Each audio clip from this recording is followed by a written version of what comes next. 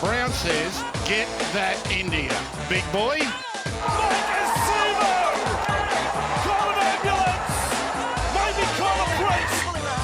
Oh, what a shot! What a shot!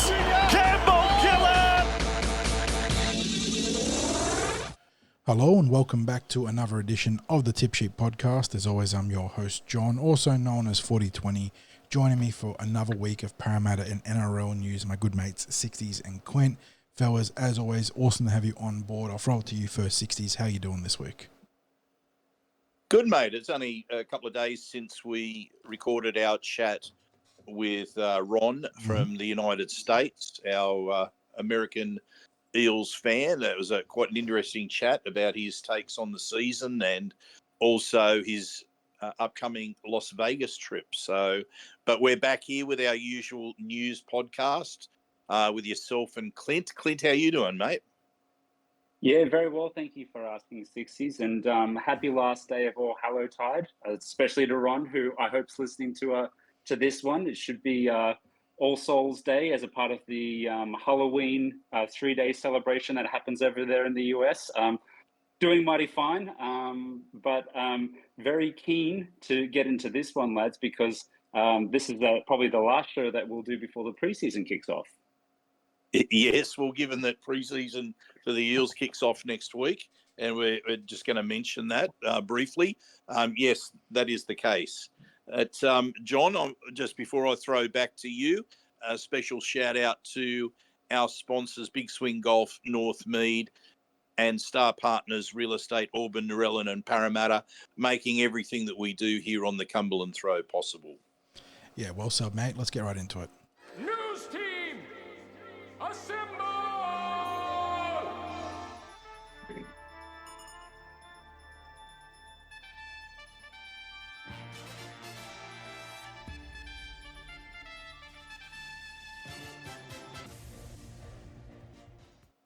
And fellas, we do have to start with some sad, sombre news because we've had the passing of an Eels player who was a significant part of the 1960s history of the Parramatta Eels, halfback Bobby Bugden. He's Eels player number 210. He was part of a team that in the 1962 to 1965, when he was at the club, the Eels made the finals in every season that he was there. We speak in awe about Ken Thornett and the impact that he had on the Eels. I don't think it's a coincidence that Bobby Bugden was there for 4 years as a halfback. He reached representative level football with City, New South Wales and Australia, having won 6 premierships with the St George team, that incredible St George team of the 50s and 60s that won 11 in a row. Well, he was there for the first 6, and he followed the coach Ken Kearney to the Eels. And on arriving at the Eels, what do you know, the Eels made 4 premiership final series in a row, really coming back from being a bottom of the table team to being regular finalists. And he's just passed away, and of course we send our sympathies, our condolences to all of his loved ones, be they family or friends. And and of course we appreciate the fact that he was a Parramatta Eel and a significant player in the history of the Eels. Yeah, always a tough day when the club loses one of its former players, one of its former greats. So you pretty much summed it up perfectly, mate. Hearts go out to his loved ones and close friends. And, yeah, it's a real shame to lose one of the former Eels. Absolutely, absolutely. Now, moving back on the Eels still, in our Eels news, I believe we've had a bit of a leak of the jersey for next year, John. Yeah, there was some club media that came out and people did the old CSI forensic sort of work on it, as they are, and someone did some freeze frames and spotted some differences on the jerseys. And, yeah, they've spotted what looks to be a change in the kit for, as you'd expect, sort of year to year, they do like to mix up the kit. It's nothing too outrageous, but I don't think it's going to make a lot of people happy either. I think the biggest thing is that the default blue strip, the home blues, have got sort of like hazard strips instead of like a full line, like an unbroken golden line. It's probably the best way of trying to. You refer, of course, to the classic 4 gold stripes. Yeah, the there, 4 John, gold that's hoops been or replaced by stripes. a hazard line. Yeah, have been like delineated and broken up on a backslash instead of like a full line. So it's nothing major, but it's probably one of those little modest changes that's going to rub a lot of people the wrong way, and I can understand why. And then on the wide away strips, they've got blue and gold stripes. I don't know if that was the case in recent years. I think that's just a continuation of the white. It was called the away strip this year that we saw. Yeah, and I don't know if I haven't done the zoom in on that, but I imagine it's also got the broken lines there too, I think. So, yeah, well done to the eagle-eyed fans for spotting that one out. But yeah, nothing too outrageous, but I don't think it's an update that's going to enamor a lot of people either. Are they supposed to be braids or something? Those gold.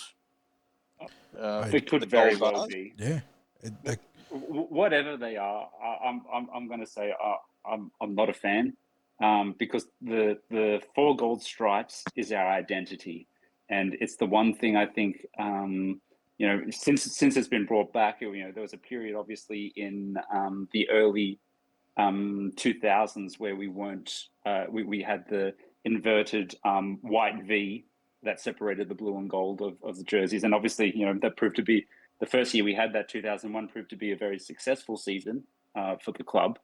So maybe that jersey might be remembered a little bit more fondly than the design probably originally felt for fans. But since that point in time, we've had solid gold stripes, solid blue stripes, or somewhere throughout the kit, and I kind of feel like not maintaining that is missing the mark. And as ardent Eels fans as we are, I know for me, gents, that's one of my non-negotiables is that we have to have the 4 gold bars, or if it's inverted, 4 blue bars for somewhere on the jersey, somewhere on the kit. Well, I guess if we use the same principles of our player recruitment in that we want to see value added, I guess it comes down to saying, is there value added with this subtle change to the jersey? And it seems like we're all saying, well, no, there's no value added. The value added is if we win a premiership in it. Yeah. Well, you know what? That's true, because I argued. Look, I like the jersey that we have now. I never had a problem with the jersey. Just basically the take on the premiership winning jerseys, and the jersey that's that we wore back in 2018 and 2019, which was the Sixties. The hoops jerseys. The hoop jersey. Now you see, I was a fan of the hoop jersey, and people would say to me, "Oh, look, that's reminiscent of how tougher times in the club." Well, the jersey that was the '86 jersey had one premiership and one final series. That was it, and basically it was a jersey of immense failure.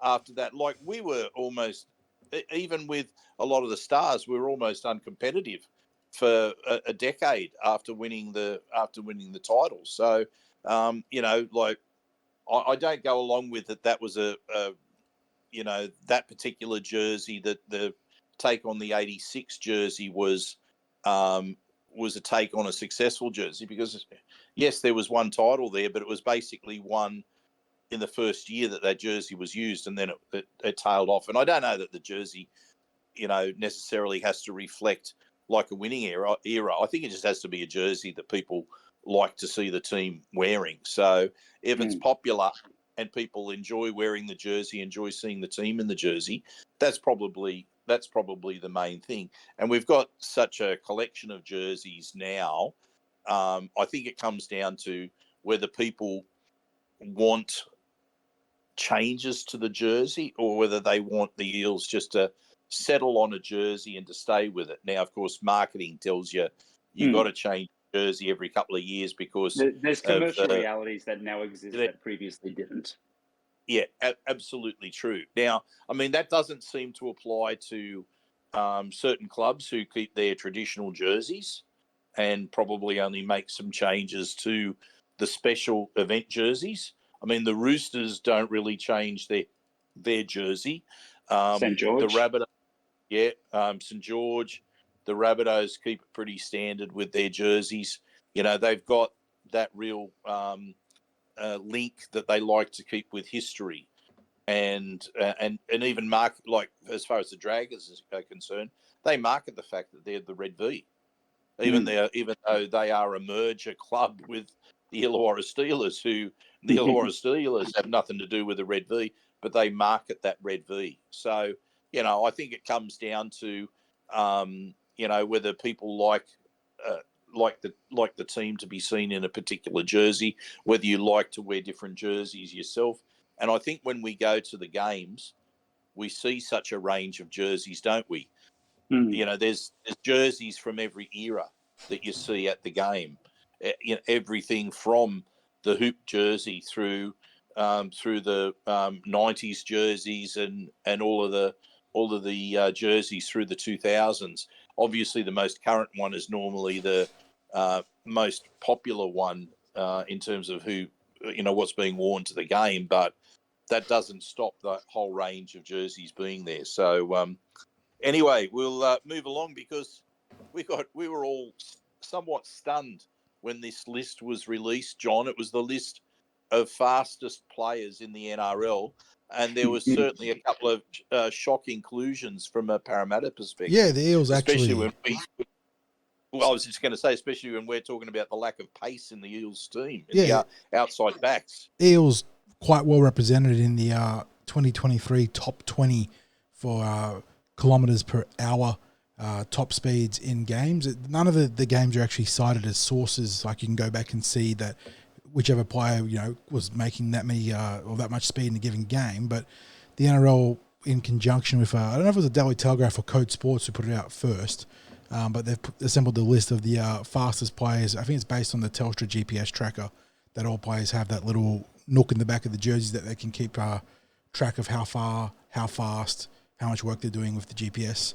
So on top of the list was Ronaldo Mulitalo, who I'd argue was a bit of a surprise too, because he's a good finisher, but not really noted as an out-and-out speedster, rather being very strong close to the line and good under the high ball. Jason Saab, number 2, I don't think that's a shock.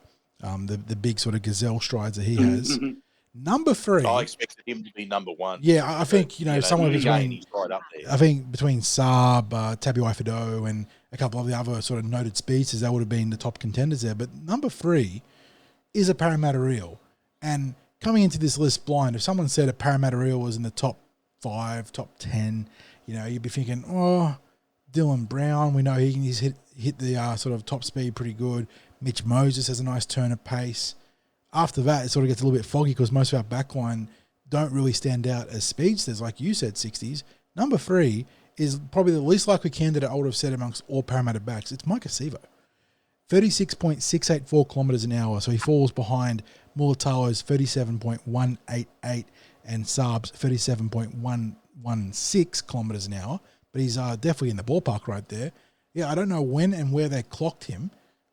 Maybe it was the game against the Cook Islands, against Papua New Guinea on the weekend, because he was actually flying in that game, because I struggled to recall a game where he really looked like he was that quick. But again, to sort of apply some caveats here, this is purely top speed at any given point.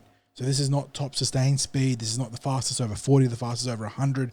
This is the peak speed reached at any point during a run via the GPS measurements. So it doesn't. So that could include either running on or off the field. Yeah, exactly. So Sivo, when he was sin binned against the Gold Coast Titans. Yeah.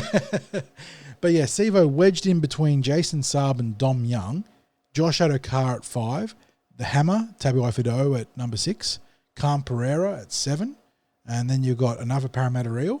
No surprises here. We already sort of mentioned him in the discussions, but Mitchell Moses comes in at number 8. Jake Averillo, 9. Kalen Ponga rounding out the top 10. And then going down to the next 10, you've got Akozo Swali'i, so Joseph Swali'i there. Dylan Edwards, Jareem Buller, Blake Wilson, the young winger from the Bulldogs. Tyrell Sloan, the streaky but talented Dragons prospect there. Herbie Farnworth, now Bronco when recorded, but now a Redcliffe Dolphin or a Dolphin. Then you've got Ruben Garrick, Fetalangi Ponga, who I believe is Junior Ponga from the Roosters. Then another Eel. And again, this is a bloke that, not for a lack of any sort of credit, he's the hardest worker in the NRL, but I would not have had him in the top 20 speedsters in the NRL, but Clinton Gufferson. So at 35, 532 kilometres an hour there. And then rounding out the top 20 and Guffo pipping probably the most electric fullback in the game was Reece Walsh. So 3 Eels on the top 20 there. Yeah, it feels like an overrepresentation. But again, this is at some point in the game that these players hit that speed. I guess it could be in a chase as well as carrying the ball. Is that exactly. the case? I don't think there's any qualifying about ball in hand and whatnot. And bearing in mind, it is worth talking about that when you're talking about athletic testing and top end speeds, most of these guys, and I think there's a way seeing a few names you probably wouldn't have expected in there, maybe even someone like Dylan Edwards, who's not seen as a really explosive athlete, even though he's a fantastic fullback like Gufferson. Most of these guys, when you're 190 plus centimetres like Edwards and Gufferson are, once you get into gear, you get to a good speed. But the difference is that explosive testing between 0 to 10, 0 to 20, even up to maybe even 40 metres. You talk about the NFL and the 40-yard dash. That sheer speed is what separated guys like Michael Jennings in his prime from a lot of the other players. Getting into your top speed is much better than being a real big speedster at top end, but not being as good of an accelerator. So, and in addition to that 40, being able to get to that speed while changing direction as well. Yes, huge. Yeah, look, I find it stunning that Reece Walsh is as low as he is. Mm-hmm. It's like it makes no sense to me just on the eye test. The eye test tells you that this is a player that's going to be right up there in terms of that list. We know, for example, that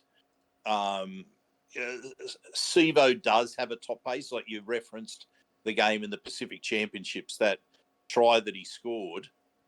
He was seriously motoring there. And I guess a lot of Eels fans were watching that and thinking he was motoring and it was like a 90-metre run.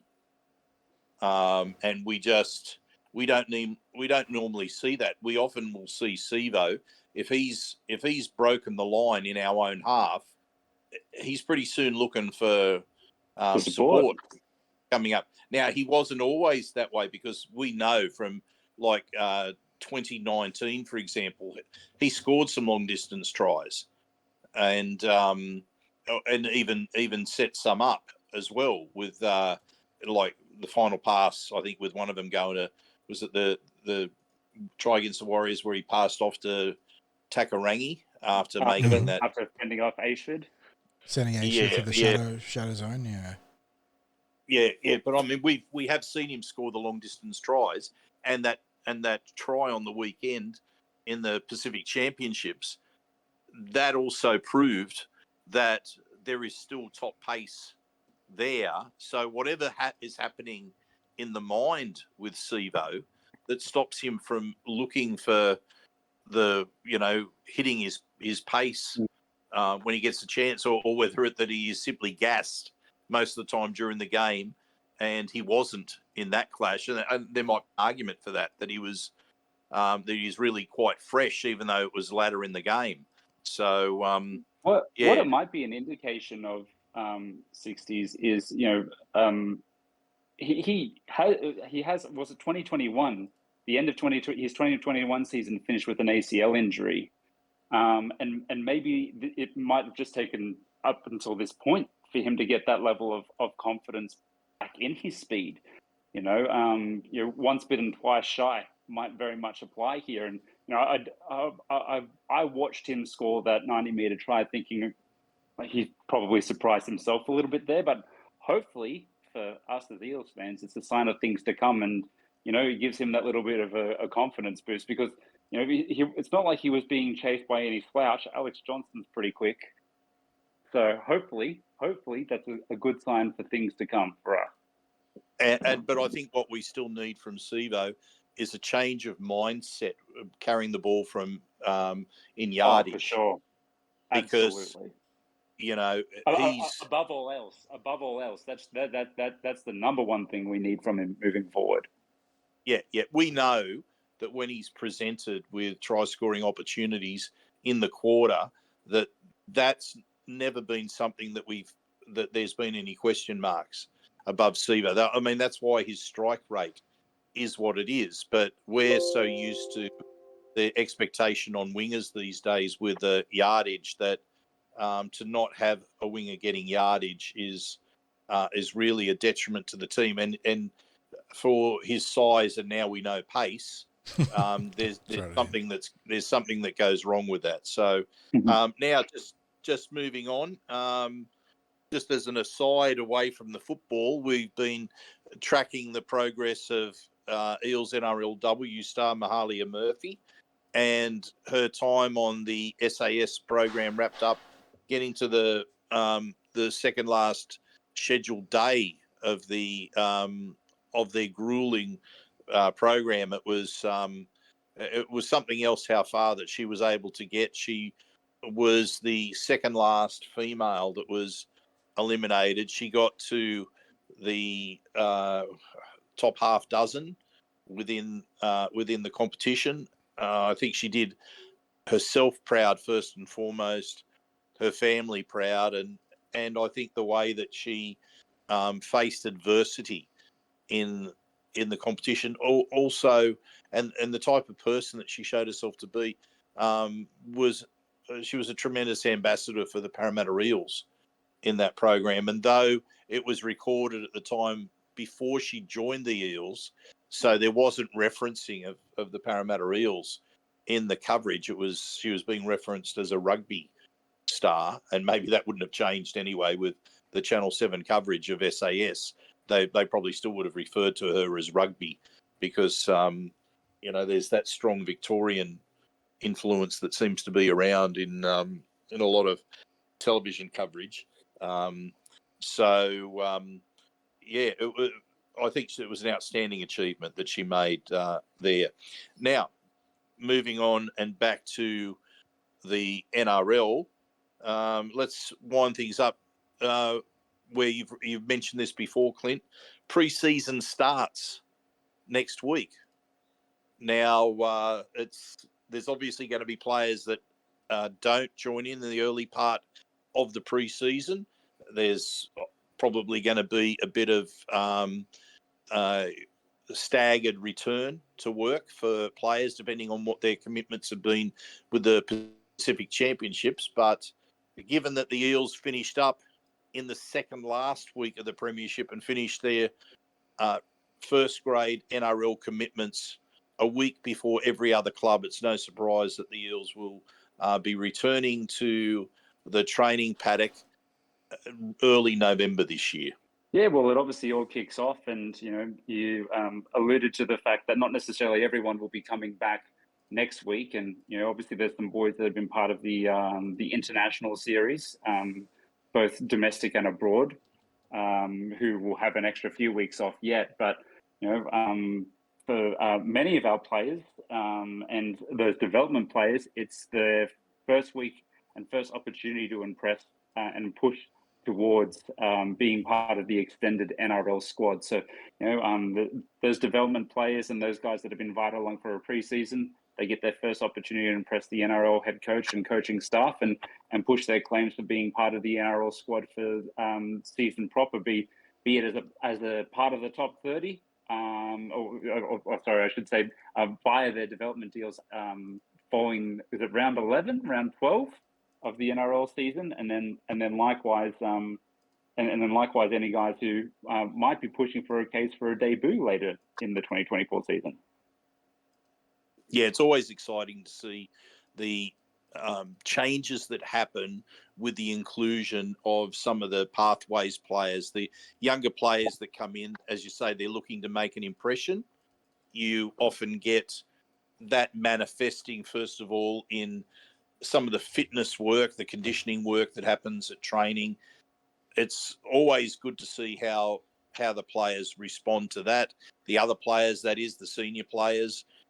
It's, I think, just having fresh faces, new faces around the group is always good. It also is a bit of a reminder to the players of their senior status, their need to be taking on a bit of a mentor role.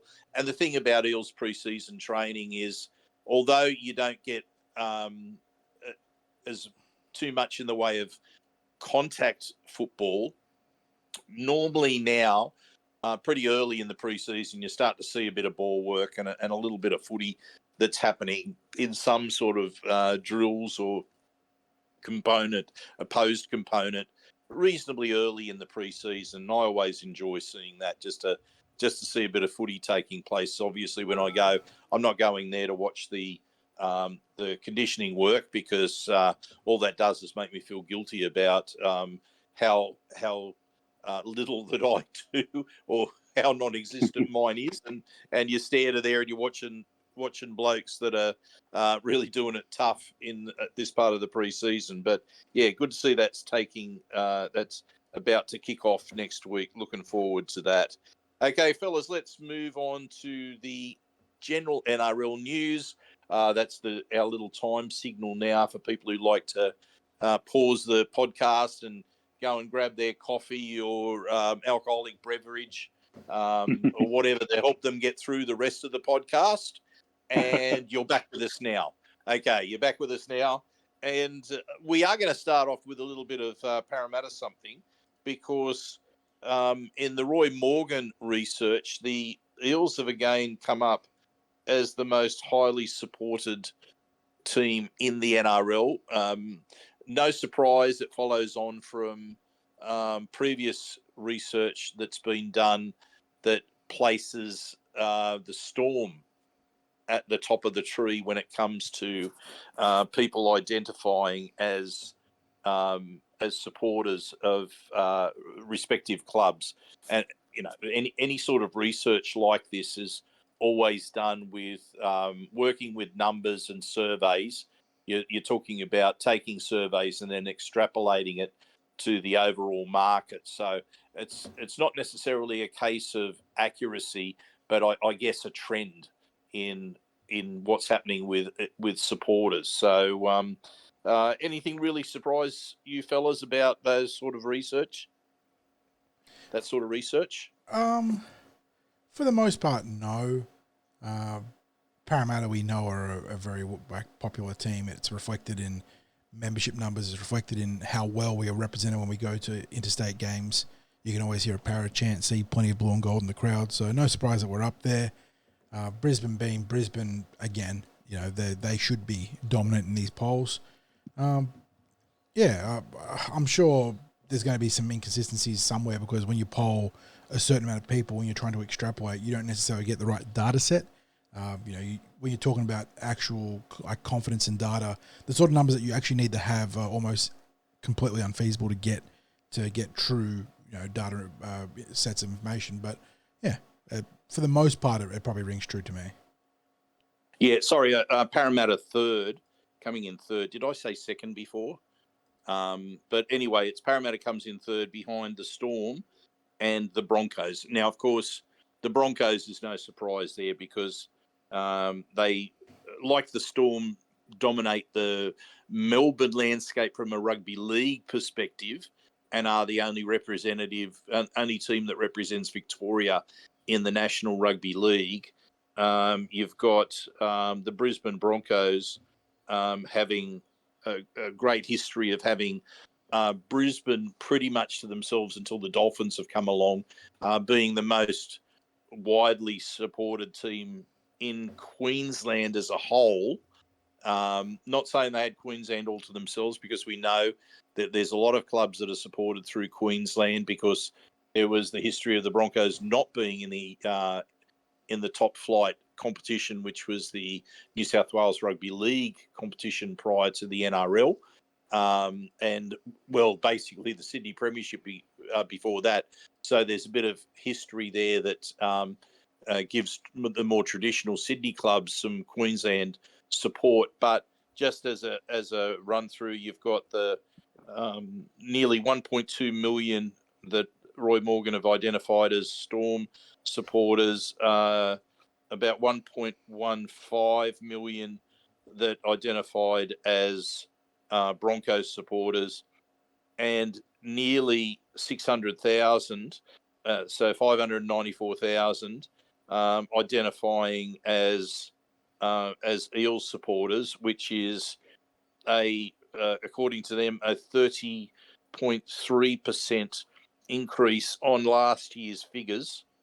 And I guess you can always put that down to grand final appearance and a bit more exposure on the various broadcast channels that arrives with being going deep into final series and getting all that media exposure that you get in grand final week. That I think that's probably a reflection of that. What happens next year? You'd hope that the Eels don't go backwards in terms of that level of support. But I guess if they're saying people are identifying as league supporters, and I think they basically, the other thing about the feature was that there's more people that identify as rugby league supporters in 2023 than there was in 2022. So if you've got a trend of growth, it's good to see that it's across the clubs. The other thing too was that Parramatta were the second. This is where they placed second. It was in the number of memberships that existed for 2022, and we'd been waiting for some of these figures for a while, hadn't we, boys? And I think from memory as well that they hadn't got membership numbers from the Panthers, so I don't think they were able to include that in there. But the Broncos come in top with 40,207 members. The Eels, 32,376 members, which obviously there's two things to take there. First of all, second most memberships in the NRL. Secondly, being the most memberships of any Sydney club. Sitting ahead of the Rabbitohs, 31,067 members. The Dolphins doing incredibly well with their 28,594 members in their inaugural season. The Raiders, 23,550 members. Bulldogs, 21,500. Storm, now this is interesting. They're in at 20,592. Last year, I think they were right up there because they offer some free memberships. I'm sure there was something that they did. It was following coming the out of COVID affected years. Yeah. Yes. Yeah. So that was that was a bit of a problem for going to be to maintain that.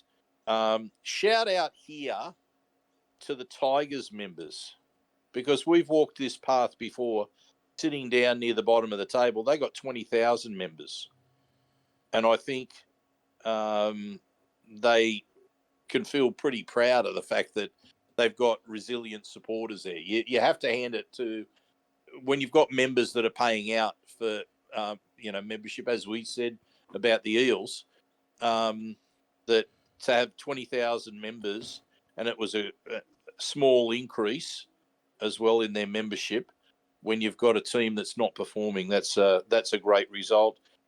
And we go all the way down to the Sea Eagles with 15,766 members, which was actually an increase this year. And then the Sharks, 15,230 members, which was actually a decrease. in their membership. The Dragons, with only 13,318 members, that's reflective of a team, a club that's really starting to drop down in as a result of poorly performing seasons, you'd probably say. I reckon the Sharks are being impacted by what's happened with their stadium there.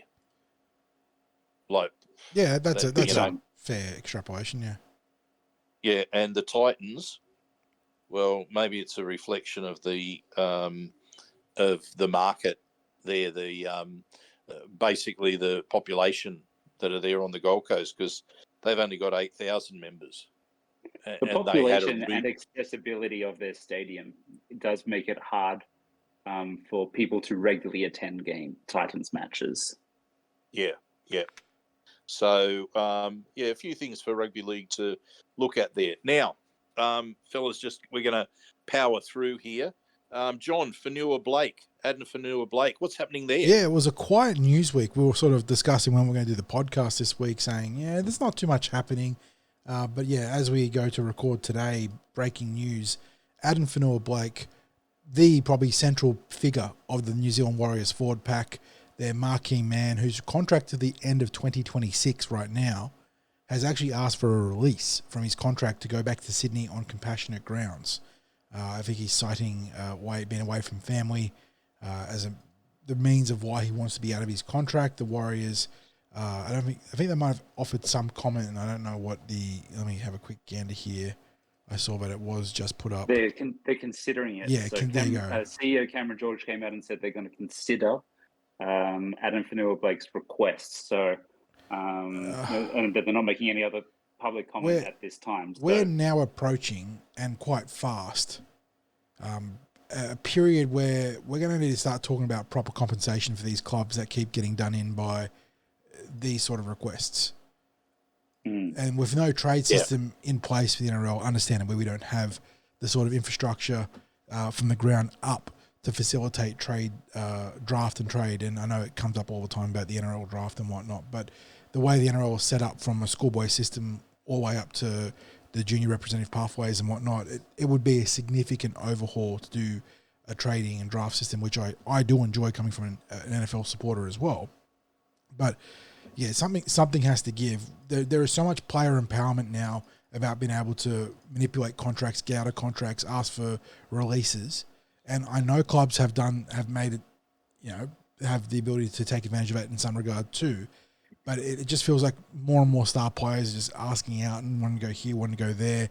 Maybe there is legitimate compassionate grounds here. It's always hard to tell. You don't want to be a cynic about this sort of thing, but it is hard not to be, especially when he asked Manly to get out of Sydney on compassionate grounds. So there's form there in the past.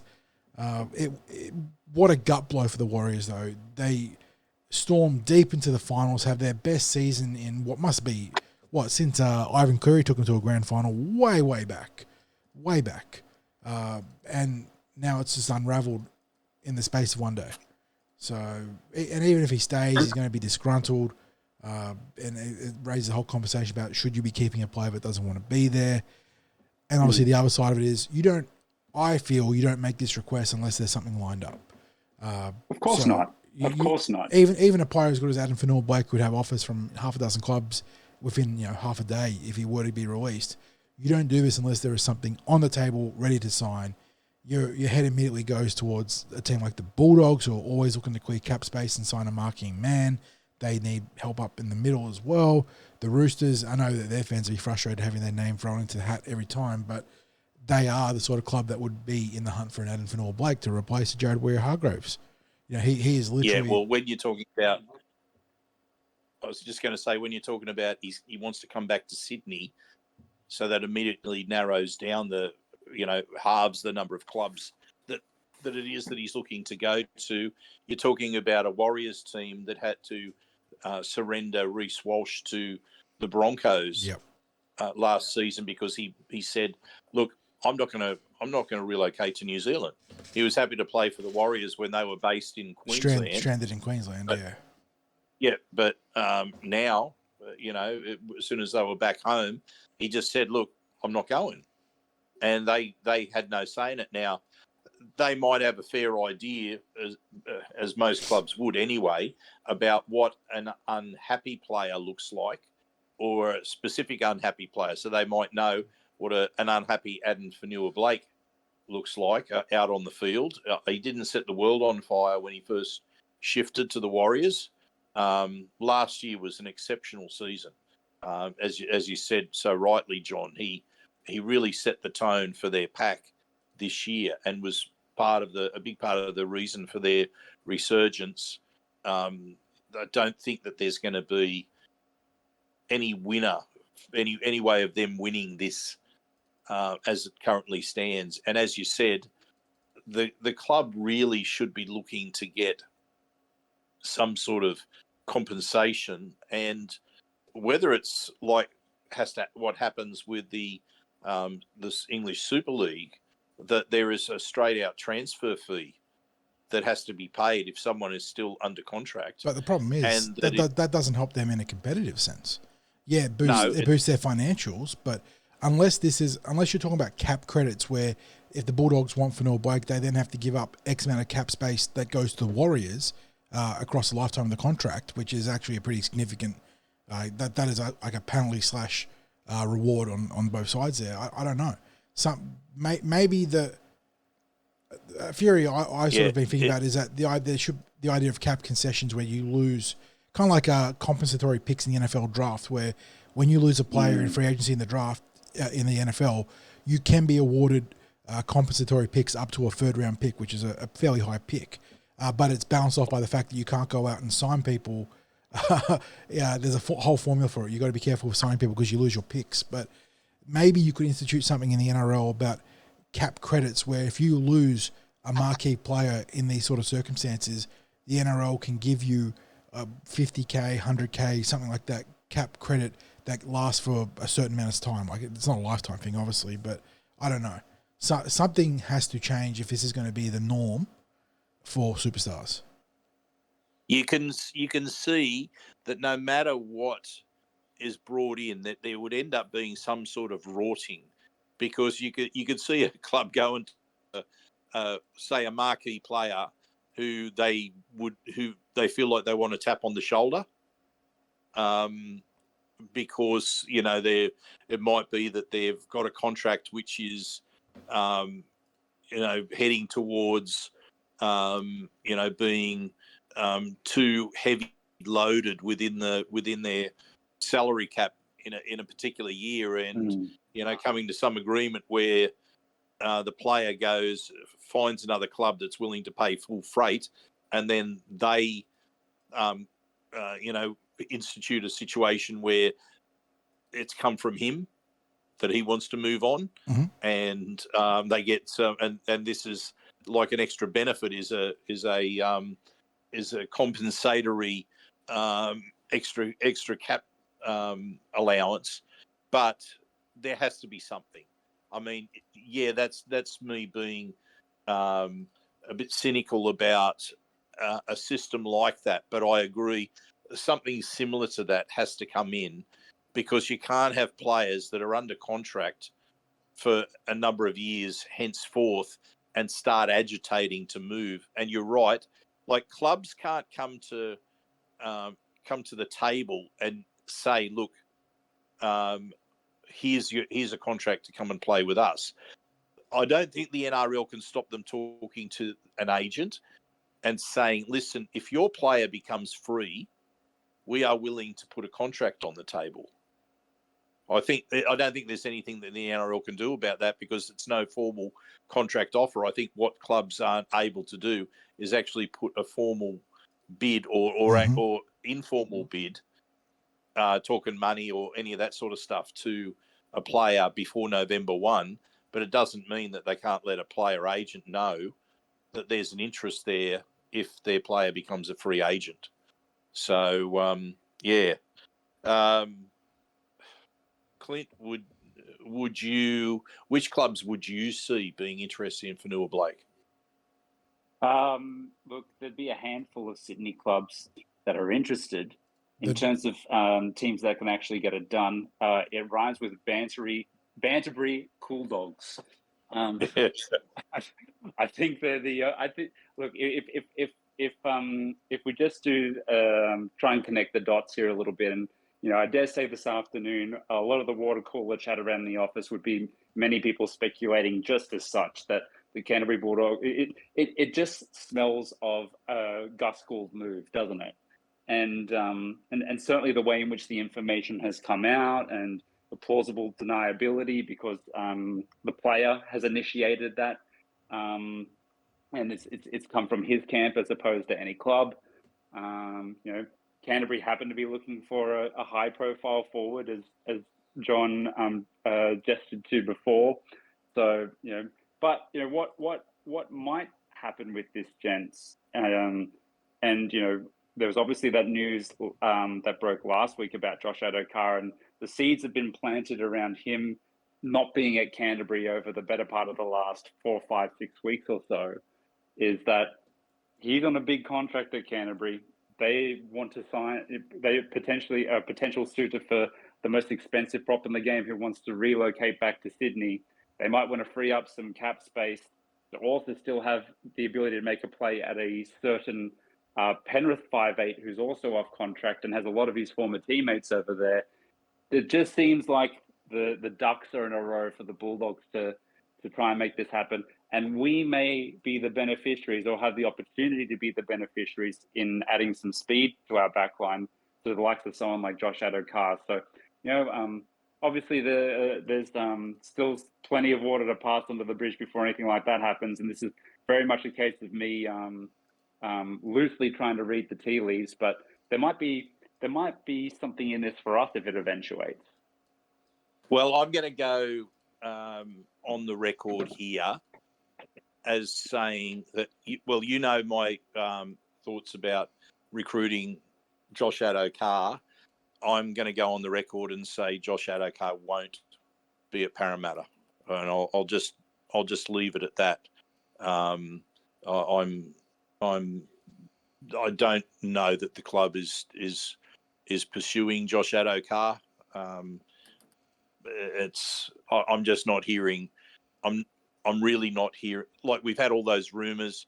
I'm not hearing anything from the out of the club. Not that I expect to hear something, but I've been digging and digging and digging and digging as best I can, and there's not even the slightest smoke that's around that the Eels are interested in him. So I wish that was one where the dominoes might fall our way, because like you, Clint, I would be thinking, okay, there's been players that have ended up at the Eels via dominoes falling the right way.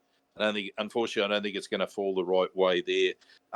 Now, just talking about the Warriors, we'll just quickly touch on this.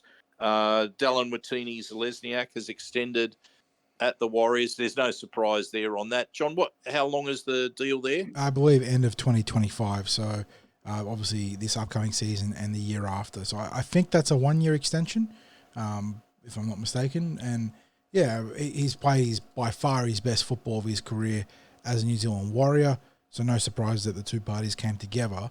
It is worth considering too that he was on a legacy contract from the Bulldogs that was mammoth.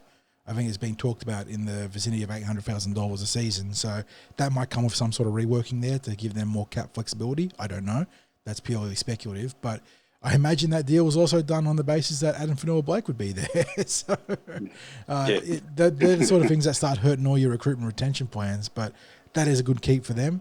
And Dallin was on fire for the season just past. So, yeah, good for him to lock himself up to the Warriors and hopefully play some more great football.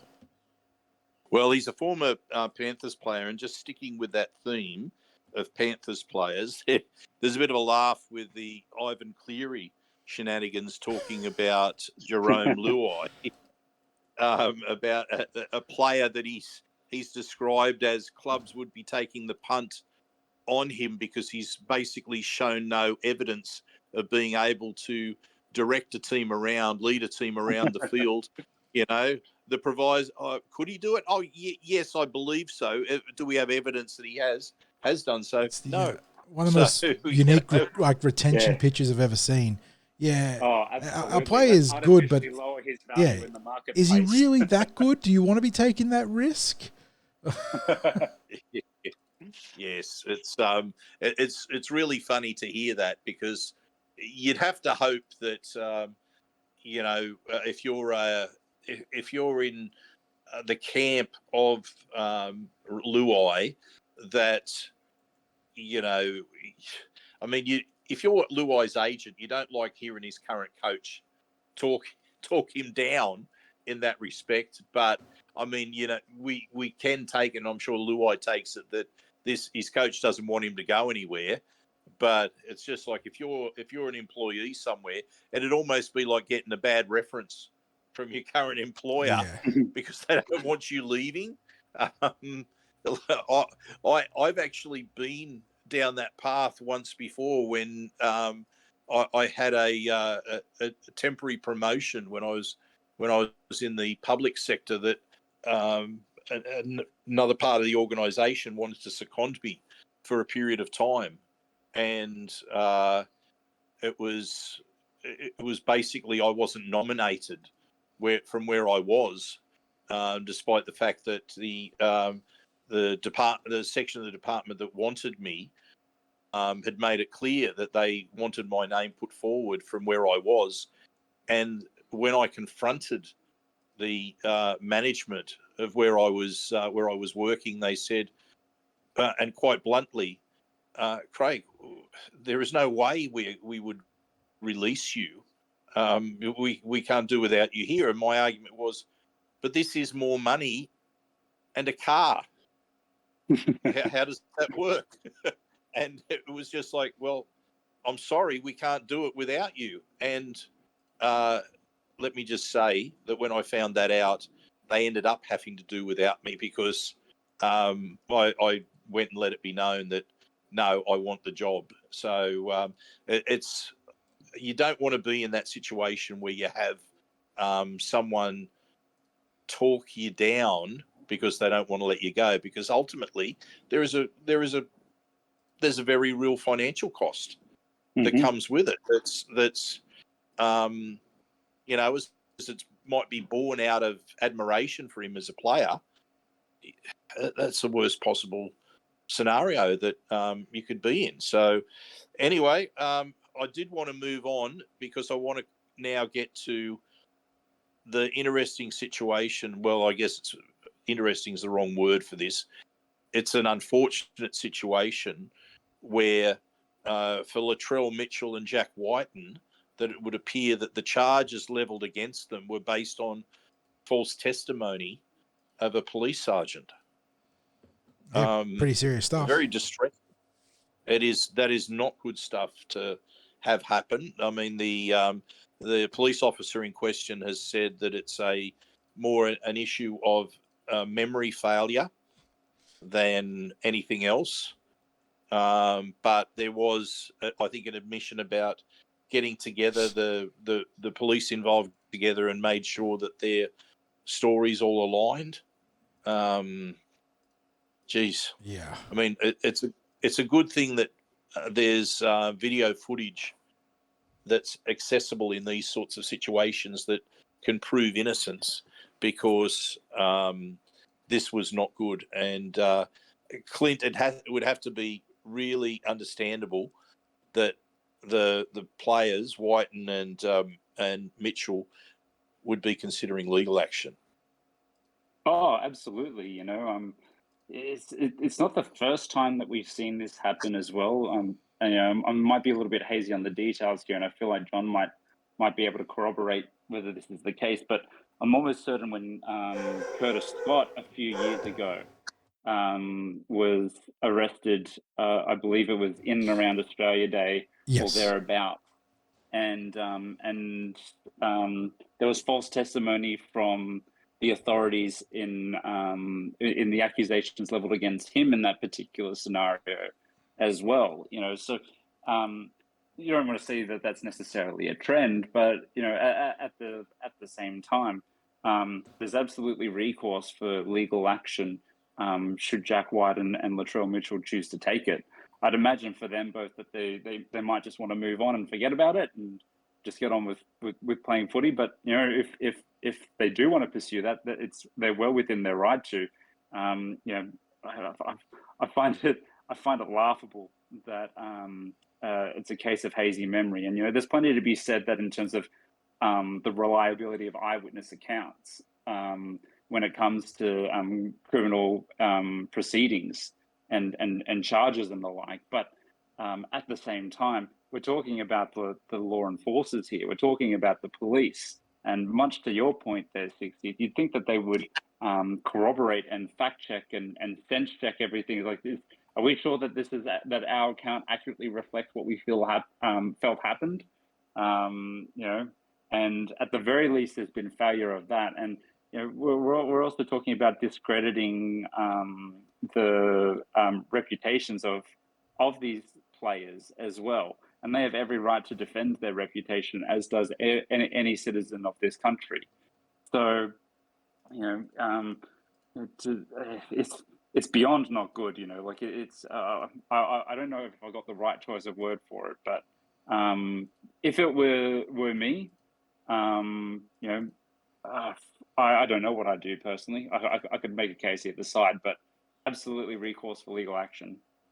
Yeah, and I think the other thing too, and I want to throw to you, John, is that in this instance, do you think that their NRL clubs would actually encourage them and maybe be co-plaintiffs in legal action, because their respective clubs in the Raiders and the Rabbitohs surely had their reputation tarnished to an extent as well. They probably had to deal with unhappy aspects with sponsors and what have you. So, you would think that maybe as well that there's if they weren't co-plaintiffs, that maybe they'd encourage the players to look at taking legal action, because it's not a good look. It wasn't a good look for their respective clubs. It wasn't a good look for the game when these charges were laid out, and you've had that shadow hanging over them for an entire season, just about. It's what would be your take on that, John? I wouldn't be surprised if they want to just move on and put it behind them, but at the same time, I could see them being pursuant to something further. It's a terrible look for the Australian police for what happened in Canberra. Did it? Was it Canberra? I think from memory. I think it was from memory. Yeah. So obviously the ACT police force, but you hope it's a localized issue. But unfortunately, as much as there are fantastic policemen and women across the force in Australia, there obviously are those that abuse their power, and this is a massive abuse of power. And you'd hope that there is serious blowback on the individual officer involved, but oftentimes there isn't. If they do want to go further with this, I would not blame them whatsoever, because they're going to feel like there are racial, not even overtones to this, being at play, and they could very well be right. I don't want to comment on that because I wasn't at this, involved in the thing. And if it is, it's that's real heartbreaking stuff. You hate to see it. But yeah, their reputation, the club's reputation, the sponsor's reputation, they've all been damaged. So I would not be surprised if there is legal action to come out of this. Yeah.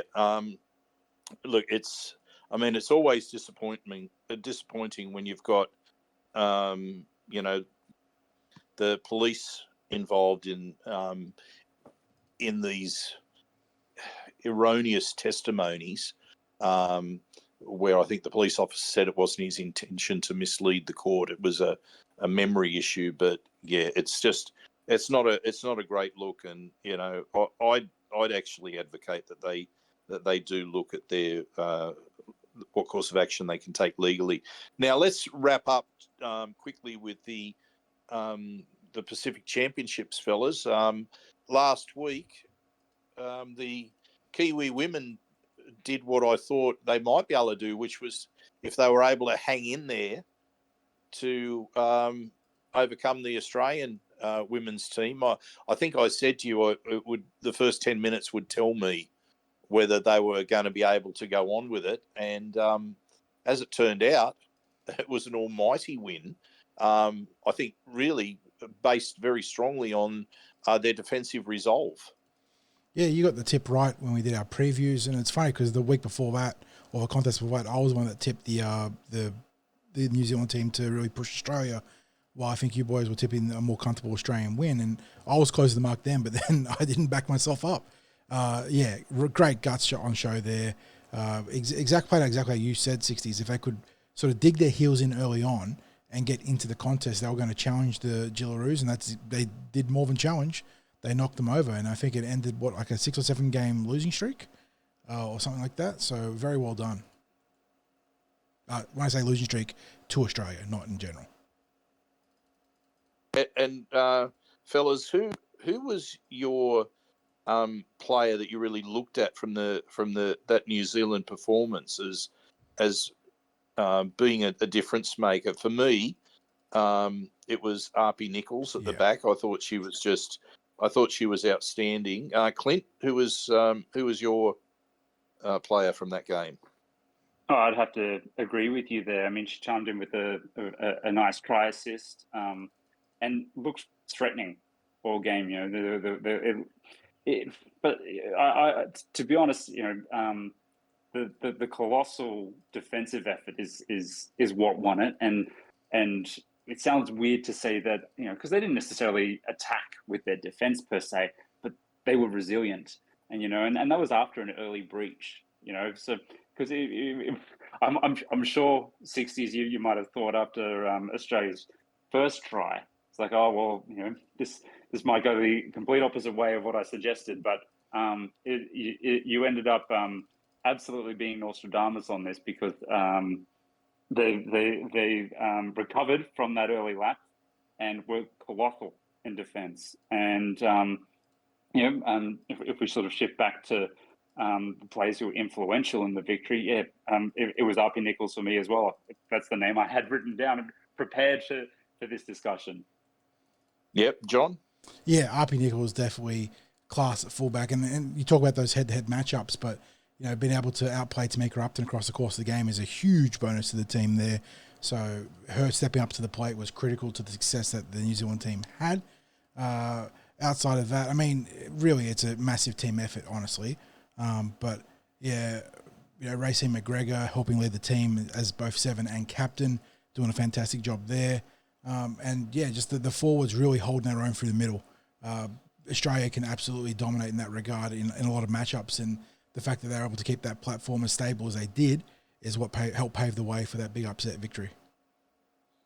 Yeah, and I think just being able to compete like they did, and the frustration that they caused, and the consequent 53% completion rate from the Australian team, it just showed the errors and the frustration that they were able to draw out from what should have been a dominant Australian performance. Now, switching over to the men, and we should mention as well that wraps up the women's championship there. But we do have the respective finals in the men's this weekend, which follows on from last week, where we had a huge, a couple of you'd have to say upset results really in both, because the Fiji just demolished the Kumals 43-16. None of us saw that one. So it was, that was just a phenomenal result there, and the Kiwis were competitive against Australia, so that wasn't so much an upset result there. What I was a little bit disappointed in Dylan Brown's performance for the Kiwis in that 36-18 result. So can, first of all, in the repeat of that Australia-New Zealand match, can we see the Kiwis lift on how they performed against Australia last week? Both yes and no. Yes being that I think they've definitely got more left in the tank. Definitely could be more cohesive. I know Dylan, you rightly criticising their 60s for not being as involved as he should be. I thought that on the flip side, Jerome Hughes made a few errors as well, which didn't help. So when both your 6 and 7 are struggling to establish themselves, it's always going to be a difficult game. So they can clearly play a lot better than that. They're probably struggling to find ways to get Joey Manuels involved in the right areas they'd want to. And their forward pack, who, chaired by the formidable Penrith duo, you would have hoped would have been more, not just competitive, but maybe even dominant. But they got overran by an Australian pack who, and this is where I say the yes and no, while they have lots of room to improve themselves, that wasn't Australia's best team. So they got to be concerned about that. That was, Australia, not their B team, but kind of like their B plus, they're in between. B plus A minus team, where it's got like a lot of key players in there, but they also gave, a lot of guys their sort of season's jerseys for, the sort of season achievement award sort of thing.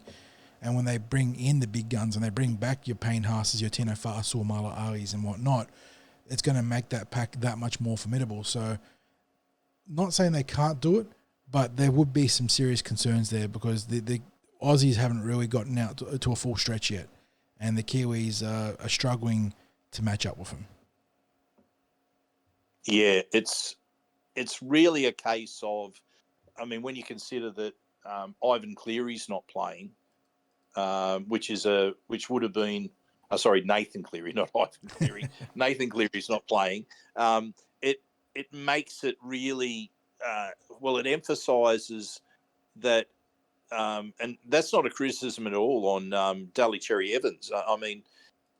It probably emphasises the depth in the Australian team, that there are other options that go beyond that, and I think as well that you had Nico Hines when he came in. He was playing. I think it was pretty much a lock role, wasn't it, when he came on? But he was like that ball player lock, so he was still effectively playing like a half. And I thought he looked quite effective when he came on the field. Whether that's, again, a case of when he got on that the New Zealand team were well and truly beaten and were struggling to hold Australia defensively. That run of three tries in the second half, but look, I don't know. I can't see, looking ahead, because the two teams clash this week, I can't see anything other than another big Australian win. Clint, what's your thoughts on last week and then into this week? It seems a hard way back for the Kiwis from this point, because as John rightly touched on, this wasn't Australia at full strength, and but I don't even though they ran away with it in the end, I don't think they've completely flexed their muscles in this tournament either. They've gone about their business and got the job done, but they certainly haven't put on a clinic, if you want to call it as such. So.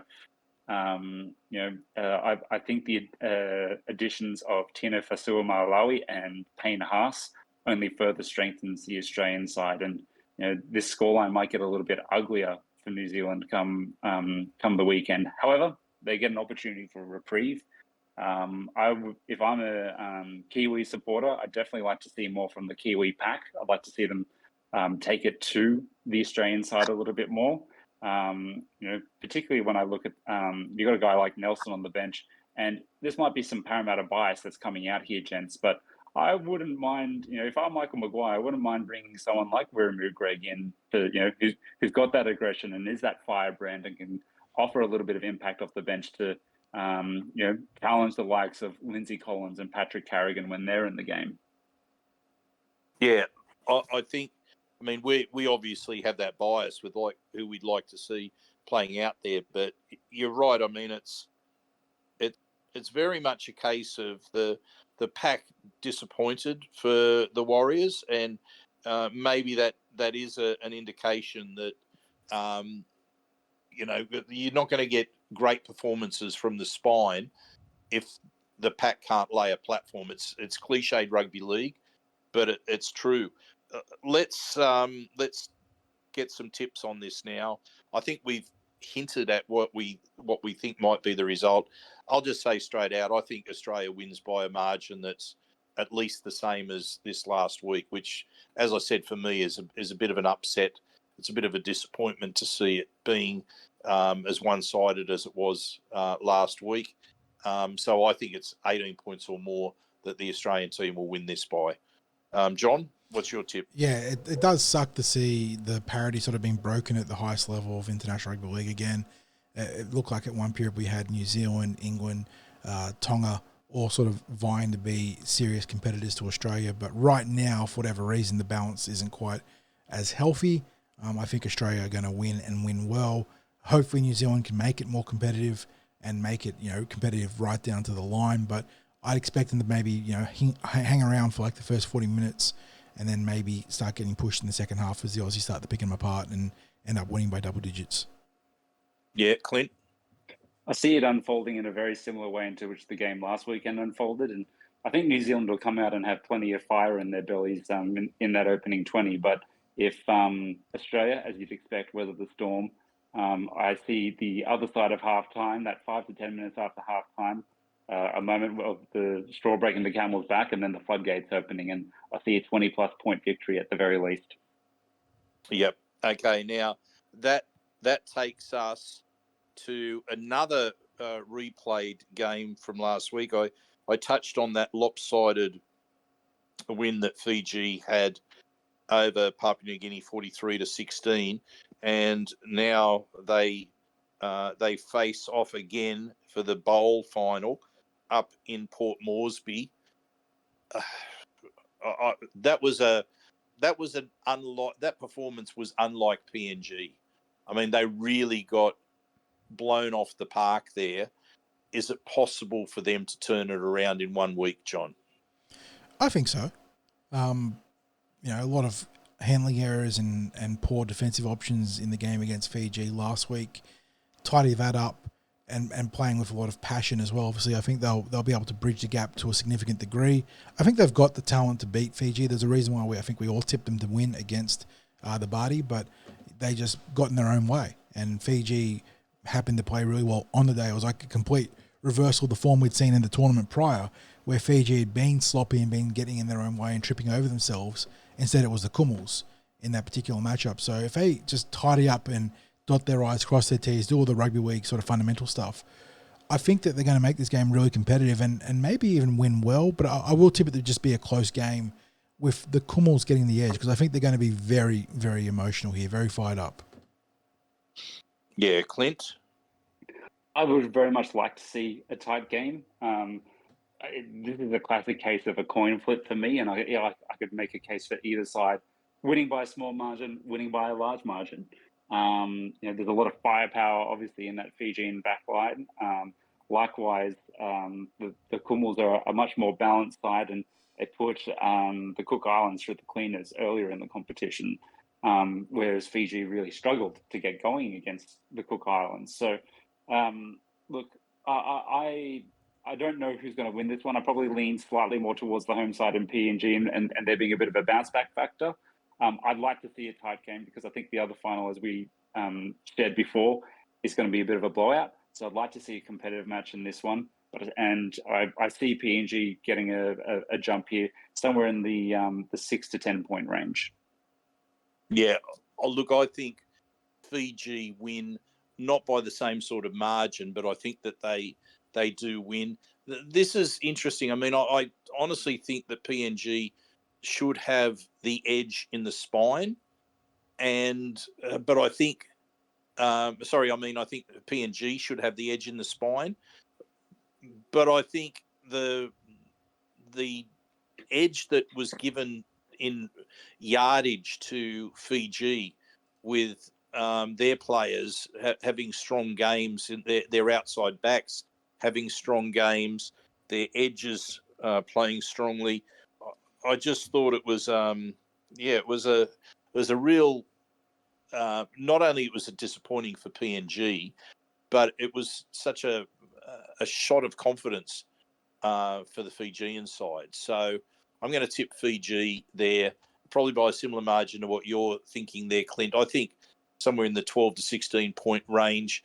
But I am also hoping for a close game because those fans up in PNG, they absolutely love that, and they'd be looking forward to it. So this pretty much wraps up the rugby league season now this weekend. So and then we're into the genuine pre-season starting. So it's almost like there hasn't been an off season in a way.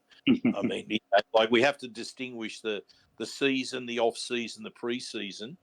No off season. You love it. Have to love that. Have to love that. So fellas, I'll be trying to make as many training sessions as I can over the pre-season. Start the reports. I'll try to keep it where it's relevant and letting people know what's going on. As always, you're still going to get my passion for the Eels coming through. I make no apologies for, when I see something that I like happening, that I say, what it is that I like. But we do already have, Clint, you gave us the word that the junior rep teams have come back to work. That's correct, yes. So they're already in their pre-season because their competition starts early, and they even start having trial matches in December. So little wonder that the junior rep teams are back in their work. But as always, TCT will keep you up to date with what's happening in the junior rep scene. We're looking forward to a chat that we're going to be having with Adam Fairley to talk about the Junior Rugby League, the season they've had, and what's coming up for next year in the Parramatta Junior Rugby League competition that's generously supported by Parramatta Leagues Club.